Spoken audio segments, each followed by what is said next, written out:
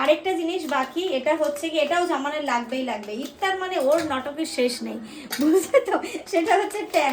আগেও এটা অতটা খেত না, কিন্তু এখন ওর ট্যাংটা একটু লাগবে। এই যে অল্প করেই করছি, একদম দিয়ে দিলাম। এর মধ্যে ট্যাং পড়লো, অল্প একটু জল পড়বে, আর এর মধ্যে দেবো লেবু, আর একটু দেবো বিট লবণ। ঠান্ডা জল দেবো বলে আমি অল্পই জল দিলাম। এই হচ্ছে লেবু দিলাম একটু, আর একটু বিট লবণ, আর একটু মিষ্টি করার জন্য এর মধ্যে চিনি দেওয়া যায়, তবে ওই যতটা না খেলে নয়, কিন্তু একটুখানি এতে দেবো, টেস্ট লাগবে। মিষ্টিটাও তো শরীরে দরকার, বলো। হ্যাঁ হ্যাঁ, তাই তো তাই তো, একদম একদম, তুমি তো মন্দ বলনি।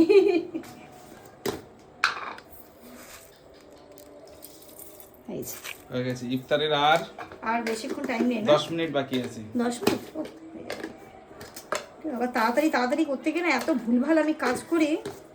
কালকে থেকে না আরো তাড়াতাড়ি সব আসলে কি বলো তো, বাচ্চা নিয়ে হয় না গো। আমি কখন দিয়ে শুরু করেছি, না একবার উঠছে, একবার এটা করছে, একবার এটা করছে, ওকে স্নান করানো, ওকে খাওয়ানো, ওর হচ্ছে আবার সন্ধ্যের খাবার রেডি করা, সব কিছু নিয়ে হয় না, চাইলেও হয়ে ওঠে না।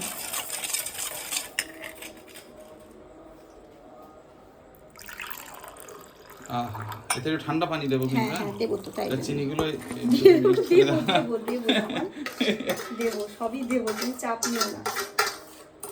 টাইমটা কম বলে আমি একটুখানি এরকমভাবেই করে নিলাম। এতে একটু জল দাও, জল দিয়ে মিক্স করে দাও, নষ্ট করে লাভ আছে।